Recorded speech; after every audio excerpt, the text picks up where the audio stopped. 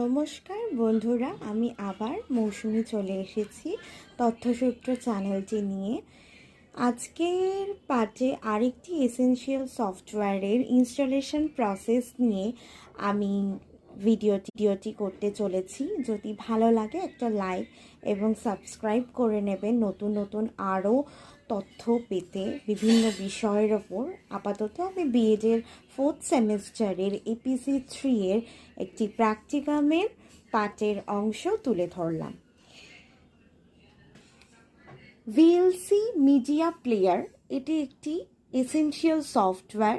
সেই এসেনশিয়াল সফটওয়্যারের আমি দেখাচ্ছি, এখানে ট্যাগলাইন্সগুলো লিখে দিয়েছি।